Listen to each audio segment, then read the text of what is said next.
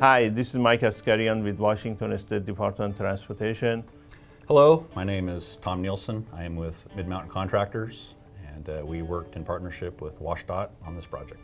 When Mid-Mountain originally bid this project, the restraints that were involved in the project had a lot to do with traffic control, and there was certain specification restraints associated with working in lane 3, which is the middle part of the road. When we would work in the middle part of the road, we would have to close 4 lanes.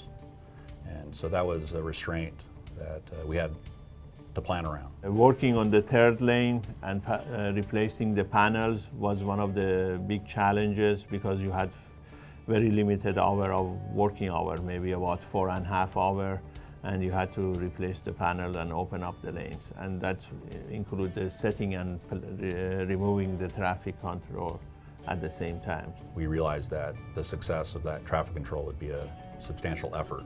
And we had a new company, Advanced Traffic Control, that we brought on board as our DBE condition of award to perform those traffic control services for us, and they did an excellent job. We had to take care of the public as far as the time of closures and the weekend that we can do the closures.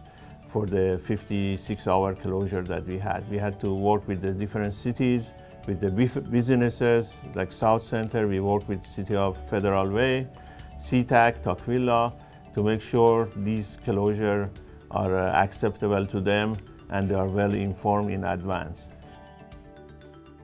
We work closely to come up with value engineering, cost saving, and proposal.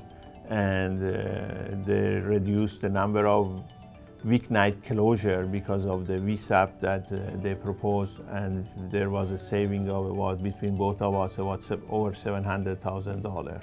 So we had very close partnership with Mid-Mountain and Tom, and that was one of the big reasons for our success of this project, because again, we were open doors, and each one we were able to come to each other's office and meet and discuss any issues.